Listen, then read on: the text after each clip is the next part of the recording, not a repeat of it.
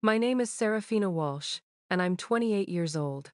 Last Tuesday, my world exploded when my parents cornered me at dinner demanding to know what I'd done with the $250,000 they'd supposedly given me for my wedding. The problem, I never received a single penny. As my brother Kieran's face drained of color across the table, I realized someone had been playing a very dangerous game with my family's trust. What happened next would tear our family apart forever, but ultimately reveal a truth so devastating that it would change everything I thought I knew about the people I loved most. You know that moment when your entire reality shifts? I'm about to share a story that'll make you question everything about family loyalty. Before we dive into this wild ride of betrayal and justice, drop a comment letting me know where you're watching from. I love connecting with viewers worldwide. And if you're ready for a family drama that'll leave you speechless, smash that like button and hit subscribe, because this story has more twists than a pretzel factory. The silence in our family dining room was deafening.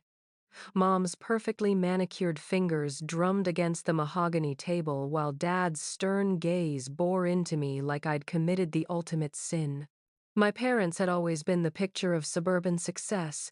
Dad with his law firm, Mom with her real estate empire. But tonight, something felt fundamentally wrong. Serafina Mom began, her voice carrying that particular tone she reserved for serious disappointments. We need to discuss the wedding fund. $250,000 is not pocket change, and frankly, we're concerned about your financial responsibility. I nearly choked on my water. I'm sorry, what wedding fund? What $250,000? Dad leaned forward, his lawyer instincts kicking in. Don't play games with us. The money we transferred to you 6 months ago for your wedding to Marcus. The elaborate ceremony you insisted on having at the Riverside Country Club. My heart started racing. 6 months ago, I'd been planning my dream wedding to Marcus, my college sweetheart. We'd been together for 4 years and everything seemed perfect. But there was no elaborate ceremony, no country club venue, and definitely no $250,000 fund from my parents. I think there's been a massive misunderstanding, I said, pulling out my phone to check my bank statements. I never received any money from you. Marcus and I are paying for our own wedding, remember? We've been saving for 2 years. Kieran, my 26-year-old brother, had been unusually quiet throughout this exchange. He was typically the family mediator, always ready with a joke or a diplomatic solution. But tonight he looked like he'd seen a ghost. His usual confident demeanor had crumbled, replaced by something that looked suspiciously like panic. "Show us your bank statements then, Dad," demanded his voice, growing sharper.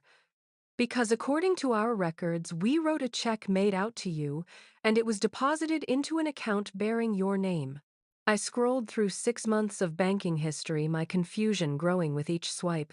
Small deposits from my marketing job withdrawal for rent, grocery runs, the usual 20-something financial landscape. But no massive influx of wedding money. "There's nothing here," I said, turning my phone toward them. "Look for yourselves." Mom's expression shifted from stern to genuinely puzzled. "That's impossible. We have the canceled check right here." She pulled out a folder I hadn't noticed before, extracting a bank statement and a copy of a check. My blood ran cold as I stared at the check. It was indeed made out to Serafina Walsh for $250,000. The signature was definitely my father's distinctive scrawl, but the account number at the bottom didn't match mine. "This isn't my account," I whispered, pointing to the routing and account numbers. "These numbers, I've never seen them before." Kieran suddenly stood up his chair, scraping loudly against the hardwood floor. "I think I left my wallet in my car. I'll be right back." Something about his hasty exit sent alarm bells ringing in my head. Kieran never forgot his wallet anywhere. He was obsessively organized, the type of person who kept backup chargers in 3 different locations and always had exact change. "Wait," I called after him, but he was already out the front door. Dad was studying the check more closely now, his lawyer brain clearly working overtime. "If this isn't your account, then whose is it? And how did someone deposit a check made out to you?" The pieces were starting to form a horrifying picture in my mind. "Dad, can you call the bank right now? I need to know exactly what happened with this deposit." While Dad made the call, Mom and I sat in tense silence. Through the window, I could see Kieran pacing in the driveway, his phone pressed to his ear. He kept glancing back at the house, with an expression I'd never seen before. Pure terror. "This is very interesting," Dad said after hanging up. The check was deposited via mobile banking, and the account holder provided additional identification to confirm they were Serafina Walsh. But here's the kicker. The account was opened 3 days before our check was deposited, and it's been completely emptied as of last week. My stomach dropped. "Someone impersonated me to steal money from you." "It appears so. But who would have access to enough personal information to pull this off? And who would know about our intention to give you wedding money?" I thought about the people who knew about my parents' generous offer. Marcus knew, of course. My best friend Chloe knew. My parents' financial advisor knew. And Kieran knew, I said quietly. "He's the one who suggested you help with wedding costs in the first place. Remember, he said it would be a beautiful gesture and that you could afford it after Dad's big case settlement." Mom's face went pale. "You don't think?" "I don't want to think it," I replied, but my mind was already racing through inconsistencies I'd ignored. Kieran's sudden upgrade to a luxury apartment downtown, his new car, the expensive clothes he'd been wearing lately. When I'd asked about his improved finances, he'd mentioned a promotion at his marketing firm and some successful cryptocurrency investments. Dad was already pulling up the bank's online portal on his tablet. "I'm going to trace exactly where this money went after it was withdrawn from the fake account." As he typed, we heard Kieran's car start in the driveway. Through the window, I watched my brother, the person who'd taught me to ride a bike, who'd walked me to school when I was too scared to go alone, who'd been my closest confidant growing up, speed away into the night. "He's running," Mom whispered, voicing what we were all thinking. Dad's tablet chimed with a notification. The money was transferred to 3 different accounts immediately after withdrawal. One appears to be a luxury car dealership. Another is a high-end apartment complex downtown. And the third, he paused, his face hardening. The third is a gambling website. My brother hadn't just stolen from our parents.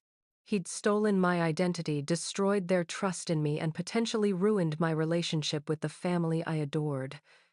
As the full magnitude of his betrayal sank in, I felt something shift inside me. The sweet, forgiving sister was gone. In her place stood someone who understood that sometimes justice required more than just calling the police. The first thing I did after my parents' revelation was call Marcus. If my brother could steal my identity and manipulate my family, I needed to know how deep this deception went. Marcus answered on the second ring, probably expecting our usual goodnight conversation. "Sarah, everything okay? You sound weird. Marcus, I need you to check something for me. Have you received any unusual calls or messages about our wedding? Anyone asking for financial information or claiming to be from vendors we've hired?" There was a pause. "Actually, yeah. About 3 weeks ago, someone claiming to be from the catering company called asking for updated payment information. They said there was an issue with our deposit. I almost gave them our account details, but something felt off, so I hung up and called the caterer directly. Turned out they never called us." My blood chilled. "Did you recognize the voice?" "Not really. It was muffled, like they were using one of those voice-changing apps. But now that I think about it, there was something familiar about the speech pattern." Why I explained everything that had happened at dinner, watching Marcus's expression shift from confusion to anger through our video call. "That bastard," Marcus said when I finished. I never trusted him completely, but I thought it was just normal protective brother stuff. "This is psychotic, Sarah. He could have ruined our entire future." "He still might," I replied. "We need to be strategic about this. If we go to the police immediately, he'll probably flee the state. We need evidence of everything he's done, not just the identity theft." I spent the next hour creating a detailed timeline of Kieran's suspicious behavior over the past year. I'd left him alone with my laptop while I ran to the grocery store. He had access to everything I told Marcus. My social security number, bank account information, even my passwords if he'd installed key logging software. Marcus ran his hands through his hair. This is so much worse than just stealing money. He's been planning this for months. I felt a strange calm settling over me. The kind of clarity that comes when you finally understand the full scope of a problem. He made a mistake, though. He got greedy and careless. If we're smart about this, we can gather enough evidence to ensure he faces real consequences. What are you thinking I'm thinking? My brother forgot that I work in digital marketing. I know how to track online behavior, how to gather digital evidence, and how to build a compelling case. He might be cunning, but I'm smarter. The next morning, I took a personal day from work and began my investigation in earnest. First, I called my bank and reported the identity theft, starting an official fraud investigation. Then I contacted credit monitoring services to place alerts on all my accounts. But the real work was more subtle. I reached out to my college friend Jake, who worked in cybersecurity, and asked for a favor. Within hours, he'd helped me discover that someone had indeed installed monitoring software on my laptop during that afternoon when Kieran had helped me. This is pretty sophisticated stuff, Jake told me over coffee. Whoever did this knows their way around computers. The software's been logging your keystrokes, taking screenshots, even accessing your cloud storage. I can trace the IP address where the data was being sent. The IP address led to Kieran's apartment. I also discovered something else disturbing. Using publicly available search tools, I found that someone had been creating fake social media profiles using variations of my name and photos stolen from my actual accounts. These profiles had been used to apply for credit cards, store accounts, and even a loan application. Your brother isn't just a thief, Jake said, showing me the evidence on his laptop. He's been systematically stealing your identity for at least 8 months. This goes way beyond that one check from your parents. I felt a cold rage building inside me. This wasn't a moment of weakness or a desperate mistake. This was calculated, methodical exploitation of the person who'd trusted him most. That evening, I met with my parents to share what I'd discovered. Dad's legal training had kicked in, and he'd been conducting his own investigation through the bank and his financial advisor. We've uncovered at least 6 other instances where someone used your information to access financial services, Dad told me grimly. The total damage is approaching $400,000 when you include the unauthorized credit cards and loans. Mom looked devastated. How could he do this to his own sister, to his own family, because he thought we'd never figure it out, I replied. He planned to let me take the blame for the missing wedding money. If I hadn't been able to prove my innocence tonight, you both would have believed I'd stolen from you and lied about it. Dad nodded grimly. The psychological manipulation is almost worse than the financial theft. He was willing to destroy your relationship with us to cover his tracks. I pulled out my phone and showed them the evidence Jake had helped me compile. Here's what we're going to do. We're going to let him think he got away with it at least for a few more days. I want him to get comfortable, maybe even try to pull off another scheme. The more evidence we gather, the stronger our case becomes. What if he runs? Mom asked. He won't, I said with certainty. His ego is too big. He thinks he's outsmarted all of us. Plus, he's probably not done stealing. People like this don't stop when they're ahead. They keep pushing until they get caught. That night, I created a detailed plan. I would continue gathering evidence while appearing to go about my normal life. I'd even let Kieran believe that I was suspicious of Marcus or someone else for the identity theft. Meanwhile, Dad would work with the bank's fraud department and his legal contacts to build an airtight criminal case. But I had something else in mind, too. Something beyond just criminal justice. Kieran had tried to destroy my life and my relationships for money. He'd been willing to let me be blamed for his crimes. He deserved consequences that went beyond just legal punishment. He deserved to experience the same kind of betrayal and public humiliation he'd planned for me. The hardest part of my plan was pretending everything was normal around Kieran. 3 days after our family dinner revelation, he finally came home. He'd been staying at a friend's place according to the text he'd sent Mom claiming he needed space to think about some work stress. When he walked into the family house that Thursday evening, I was there having dinner with our parents, deliberately acting like nothing had happened. The performance of my life began the moment he stepped through the door. "Hey, stranger," I said with a carefully crafted smile. "Mom was worried sick about you." Kieran's eyes darted between our parents and me, clearly trying to gauge whether his theft had been discovered. "Sorry, I just needed to clear my head. Work's been crazy lately." "Actually," I said, setting down my fork, "I'm glad you're here. Something really weird happened with my identity. Someone's been using my information to open accounts and make purchases. The police think it might be someone I know personally." I watched his face carefully as I spoke. For just a split second, I saw relief flicker across his features before he arranged his expression into appropriate concern. "That's terrible, Sarah. Do they have any leads?" "A few. The detective thinks it might be Marcus, actually.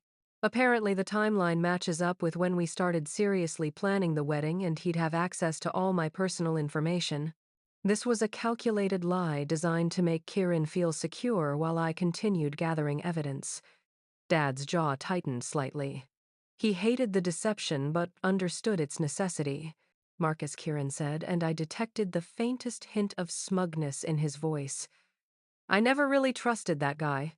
He's always seemed a little too smooth, you know. My brother was actually encouraging me to suspect my innocent fiancé for crimes he'd committed.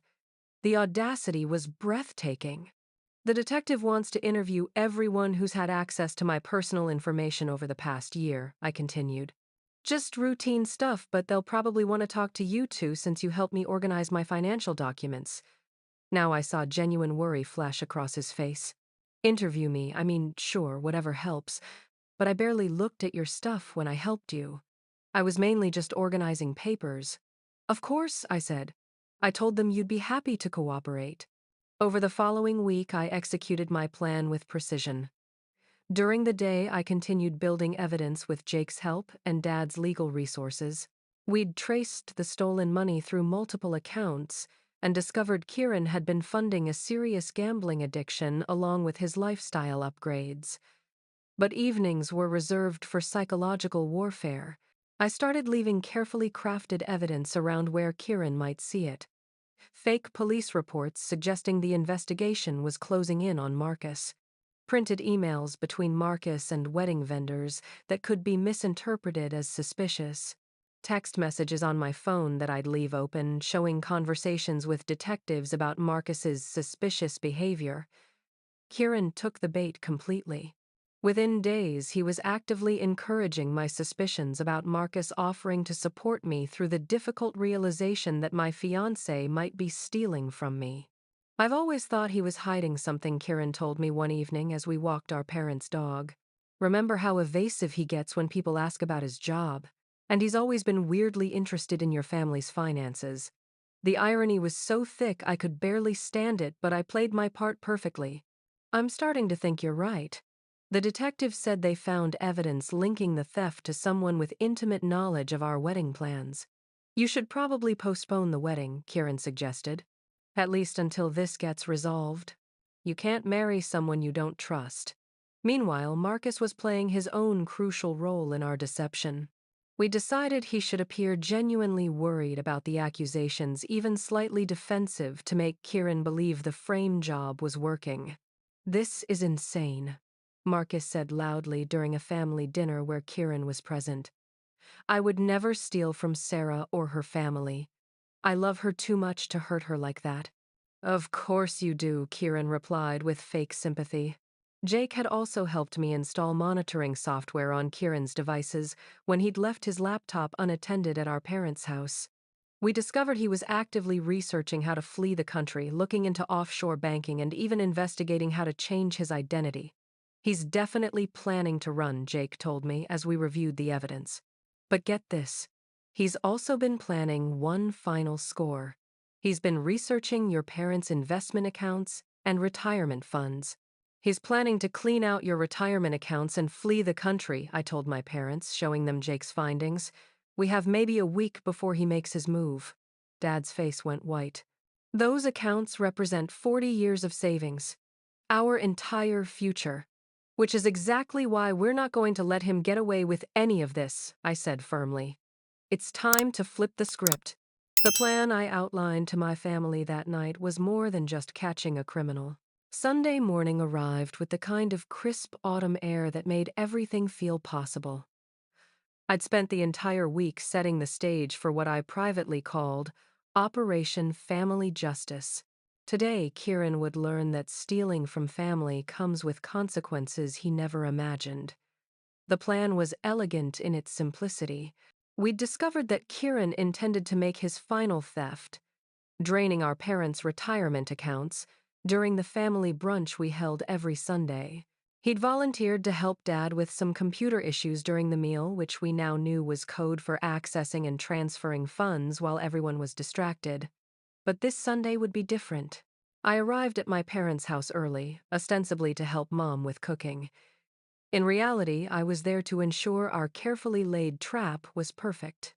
Jake had spent Friday evening installing recording equipment throughout the house, disguised as routine security updates.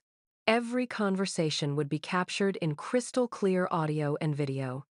"Are you sure you want to go through with this?" Mom asked, as she nervously arranged pastries on a serving platter. "Once we expose him, there's no going back. Our family will never be the same." "Mom," I said gently, taking her hands. "Our family was already destroyed the moment Kieran decided to steal my identity and frame me for his crimes. We're not breaking the family. We're saving it from a predator who happens to share our DNA." Dad was in his study, supposedly organizing financial documents, but actually ensuring all the evidence we'd gathered was properly secured. The irony wasn't lost on any of us that we were using deception to catch a deceiver, but sometimes justice requires fighting fire with fire. Marcus arrived at 10:30, playing his role as the suspicious fiancé perfectly. He looked genuinely nervous, which wasn't entirely acting since we were all anxious about the confrontation ahead. "Has he said anything else about me?" Marcus asked quietly, while Mom was in the kitchen. "Oh, yes," I replied loudly enough for the recording equipment to capture. "Kieran's been very concerned about your suspicious behavior lately. He thinks you might be the one stealing from my family." When Kieran walked through the door at 11, he looked like a man who believed he was about to get away with the perfect crime. His confidence was palpable as he greeted everyone with hugs and his usual charming smile. "How's everyone doing, Sarah? You look stressed. Is this whole identity theft thing still bothering you?" "Actually, I think we're close to solving it," I said, watching his expression carefully. "The police detective thinks they'll have enough evidence to make an arrest by tomorrow." "That's great news," Kieran replied, but I caught the slight tension in his shoulders. "I hope they catch whoever did this to you." Brunch proceeded normally for the first hour. We discussed work, current events, and wedding planning, all topics that seemed to bore Kieran until Dad casually mentioned having trouble with his online banking. "I keep getting error messages when I try to access our investment accounts," Dad said right on cue. "The bank's phone support isn't open until Monday, but I wanted to check on some transactions today." "I could take a look," Kieran offered immediately. "I've gotten pretty good with computer troubleshooting lately." "Would you? That would be wonderful." I excused myself to use the bathroom, but actually went to the security room Jake had set up in the basement. On the monitors, I watched Kieran follow Dad into the study, his body language shifting from casual family member to focused predator. Within minutes, Kieran was seated at Dad's computer, fingers flying across the keyboard. What he didn't know was that every keystroke was being recorded, every screen captured, every attempt to access unauthorized accounts documented in real time. "Looks like there's some unusual activity on your accounts," Kieran said, his voice carrying upstairs through the recording system. "Someone's been trying to access them remotely. You might want to change all your passwords." This was his cover story for why the accounts would soon be empty. He was literally narrating his own crimes while committing them. I returned upstairs to find Mom and Marcus sitting in tense silence at the dining table. Through the study doorway, we could see Kieran working intently at the computer, occasionally making concerned noises for Dad's benefit. "This is really sophisticated," Kieran called out.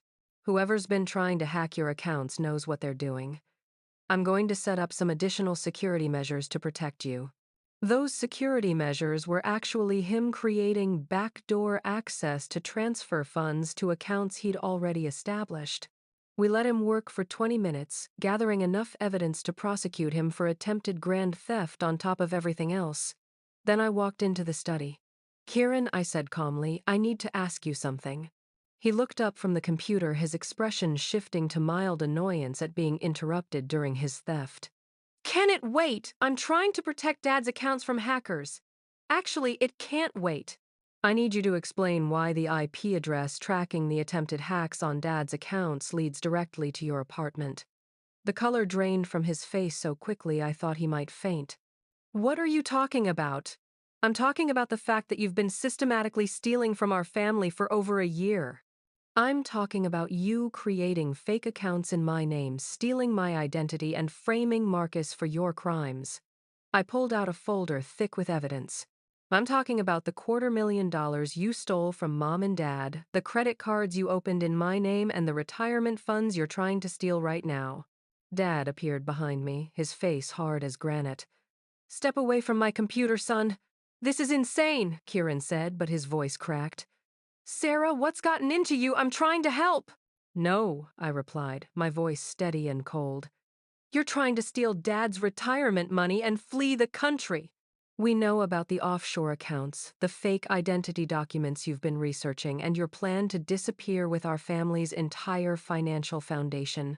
Marcus appeared in the doorway, no longer playing the role of suspicious fiancé. "We also know about the gambling addiction you've been funding with stolen money, and the debts you owe to some very dangerous people."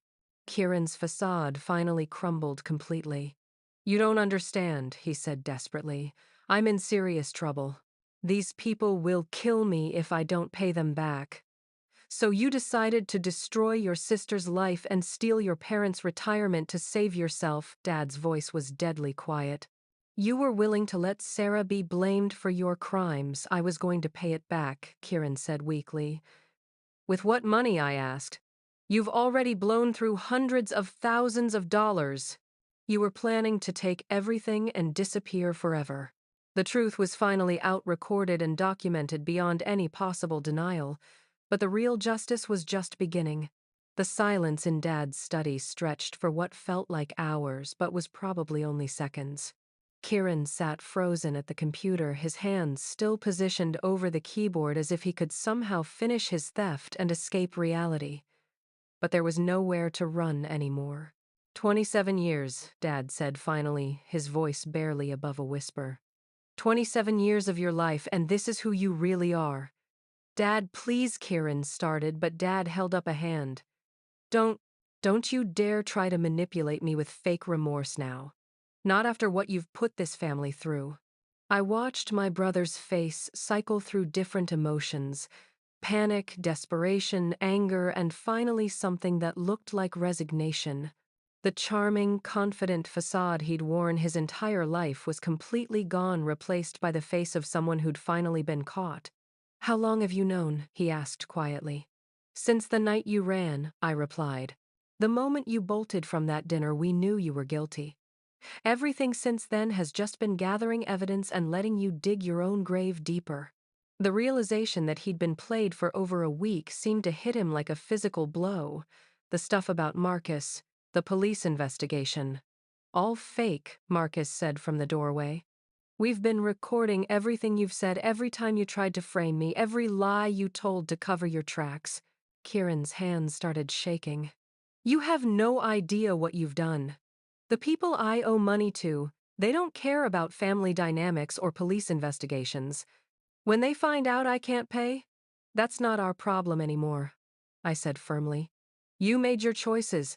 You chose to steal from us instead of asking for help. You chose to frame me instead of taking responsibility. You chose to destroy our family instead of facing your problems like an adult." Mom appeared in the doorway, tears streaming down her face. "I keep thinking about all the times you looked me in the eye and lied. All the family dinners where you sat there knowing what you'd done to your sister. Mom, I'm sorry. No, you're not, she interrupted. You're sorry you got caught. You're sorry your plan didn't work. But you're not sorry for what you did to us. Dad picked up the phone on his desk. I'm calling Detective Rodriguez now. We've gathered enough evidence to prosecute you for identity theft, bank fraud, computer crimes, and attempted grand theft. The DA will probably add elder abuse charges for targeting our retirement accounts. Wait, Kieran jumped up from the chair. What if I pay everything back? What if I get help for the gambling problem and make this right? I laughed bitterly. Pay it back with what? You don't have any money. You've spent everything on gambling and luxury purchases. And even if you could pay it back, that doesn't erase the psychological damage you've done. Sarah's right, Dad said already, dialing. Even if you had the money, which you don't, you can't undo the fact that you were willing to let your sister be blamed for your crimes. You can't undo the months of planning and manipulation. You can't undo the trust you've destroyed. As Dad spoke to the police, I watched Kieran begin to truly understand the consequences of his actions. His face went through several color changes as the reality of criminal prosecution, family disownment, and his gambling debts all crashed down on him simultaneously. The detective is on her way, Dad announced after hanging up. She'll be here in 20 minutes. Kieran slumped back into the chair, all fight gone out of him. I never meant for it to go this far. Yes, you did, I said coldly. You researched how to flee the country. You planned to steal Dad's retirement funds and disappear forever. You meant for it to go exactly this far. You just thought you wouldn't get caught. I was desperate. Desperate people ask for help, Marcus interrupted. Predators create elaborate schemes to steal from their families. Mom sat down heavily in Dad's leather reading chair. I keep thinking about Christmas last year, when you gave everyone such expensive gifts. I was so proud that you were doing well financially. Those gifts were bought with stolen money, weren't they? Kieran's silence was answer enough. And your apartment, your car, all those nice dinners you treated us to, she continued. Everything was paid for with money stolen from your own family. I would have paid it back, Kieran said weakly. Stop lying, I exploded. Even now, caught red-handed, you're still lying. You were planning to disappear forever. You were never going to pay anything back. The front doorbell rang, and we heard footsteps as Detective Rodriguez let herself in. Dad had given her a key during the investigation, knowing this moment would come. Mr. Walsh, Detective Rodriguez called out. In the study, Detective. She appeared in the doorway, taking in the scene. Kieran slumped at the computer. Our family arranged around him like a tribunal of justice. Mr. Kieran Walsh, she said formally, pulling out handcuffs. You're under arrest for identity theft, bank fraud, computer fraud, and attempted grand theft. You have the right to remain silent.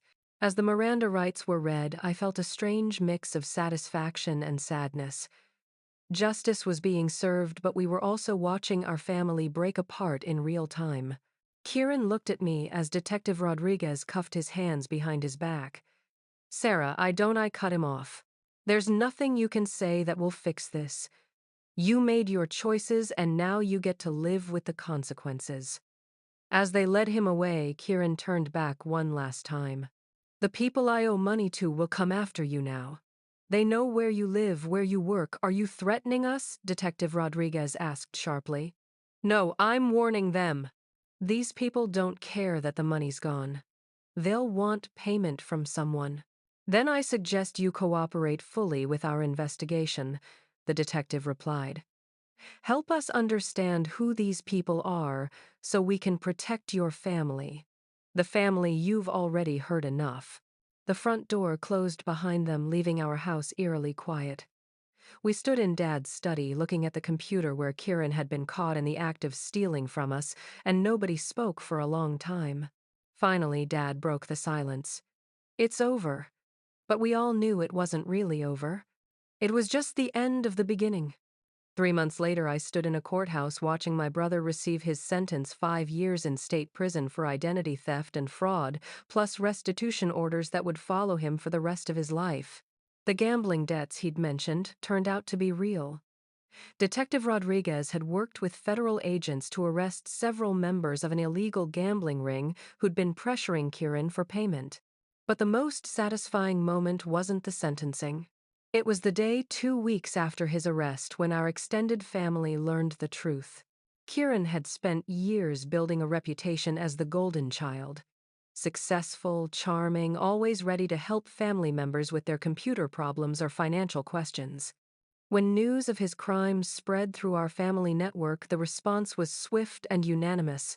Cousins, aunts, uncles, and family friends who had trusted him with their personal information began checking their accounts and credit reports. They found evidence of his crimes everywhere. Aunt Margaret discovered he'd used her social security number to open a credit card during Christmas dinner last year.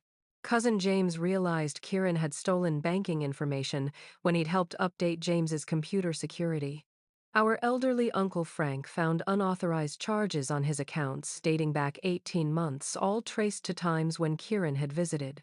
The family member who'd taught all of us to trust each other had systematically betrayed that trust for over 2 years. I feel so stupid, Aunt Margaret told me, during one of many family meetings we held to piece together the full scope of Kieran's crimes. He was always so helpful, so knowledgeable about technology. I never questioned why he needed my personal information. None of us did, I replied. That's how family's supposed to work. We trust each other because we're supposed to be able to trust each other. The restitution process was complicated and painful. Kieran had no assets to speak of. Everything had been gambled away or spent on his lifestyle upgrades. The insurance claims, police reports, and credit disputes took months to resolve. Some family members lost money they couldn't afford to lose. But something unexpected happened during those difficult months. Our family grew closer than we'd ever been.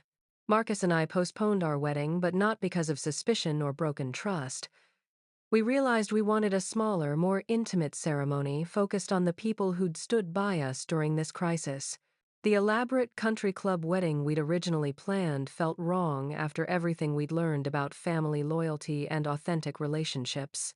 I don't want to celebrate our marriage at some fancy venue that represents everything Kieran was trying to buy with stolen money, I told Marcus one evening as we planned our new ceremony. I want to celebrate it with people who actually care about us. We ended up getting married in my parents' backyard on a beautiful spring afternoon, surrounded by family members who'd been tested by crisis and chosen to support each other instead of blame each other. Aunt Margaret made our wedding cake. Uncle Frank, despite being one of Kieran's victims, walked me down the aisle alongside my father. Even Jake, the friend who'd helped expose Kieran's crimes, was there with his family. The wedding cost less than $5,000 and was more meaningful than any elaborate celebration could have been. My parents struggled with grief and guilt for months. Dad blamed himself for being too trusting with his financial information. Mom wondered if she'd somehow failed as a parent, raising one child who'd become a criminal while the other remained honest. You didn't fail, I told them repeatedly. Kieran made his choices. You can't love someone into being a good person if they're determined to be a bad one. Eventually, they found peace through therapy and through rebuilding relationships with family members Kieran had hurt. Dad started a support group for families affected by identity theft, using his legal expertise to help other victims navigate the recovery process. As for me, I discovered strengths I didn't know I possessed. The experience of being betrayed so deeply by someone I'd loved unconditionally forced me to develop better boundaries and sharper instincts about people's motivations. I learned to trust my gut feelings instead of ignoring red flags because someone was family. I also started speaking at conferences about identity theft and family fraud, sharing our story to help others recognize warning signs and protect themselves. The response was overwhelming. Apparently, our experience was far more common than anyone wanted to admit. Family members are actually the most likely perpetrators of identity theft, I would tell audiences. We give them access to our personal information because we trust them, which makes us easy targets if they choose to exploit that trust. 1 year after Kieran's sentencing, I received a letter from him in prison. It was full of apologies, promises to change, and requests for family visits. I read it once, showed it to Marcus and my parents, and then threw it away. "Aren't you curious about whether he's really sorry?" Marcus asked. "No," I replied honestly. "Because it doesn't matter. Sorry doesn't undo the damage. Sorry doesn't give back the year of our lives we spent dealing with his crimes. Sorry doesn't restore the trust he destroyed or repair the relationships he damaged." "Do you think you'll ever forgive him?" "I've already forgiven him," I said, surprising myself with the realization. But forgiveness doesn't mean reconciliation. I can forgive him for my own peace of mind, while still recognizing that he's not safe to have in our lives. That distinction between forgiveness and reconciliation became crucial to my healing process. I could let go of anger without letting him back into our lives. Today, 2 years after that devastating family dinner, our lives have settled into a new normal. Marcus and I are happily married and expecting our first child. My parents have recovered financially and emotionally, though they're much more careful with their personal information now. Our extended family has grown closer through shared adversity. And Kieran, he's serving his sentence, reportedly doing well in prison programs for gambling, addiction, and financial crimes. According to his lawyer, he's been a model prisoner who's expressed genuine remorse for his actions. But we don't visit, we don't write, we don't send money or accept calls. Sometimes people ask if we're being too harsh, if family shouldn't get second chances. But here's what I've learned: when someone systematically betrays your trust and tries to destroy your life, they forfeit their right to remain in that life. Blood doesn't automatically equal loyalty. Family is about more than genetics. It's about people who show up for you, support you, and would never deliberately hurt you for personal gain. So here's my question for you. Have you ever experienced family betrayal that completely changed how you view loyalty and trust? How do you balance forgiveness with protecting yourself from people who've proven they can't be trusted? Drop your thoughts in the comments. I genuinely want to hear how others have navigated these impossible situations. If this story resonated with you, please hit that like button and subscribe for more real-life drama and family justice stories. Share this with anyone who needs to hear that it's okay to cut toxic people out of your life, even when they're family. Thank you for taking this journey with me, and remember, sometimes the greatest act of love is refusing to enable someone's destructive behavior. Choose your family wisely. Protect your peace fiercely, and never apologize for demanding the respect you deserve.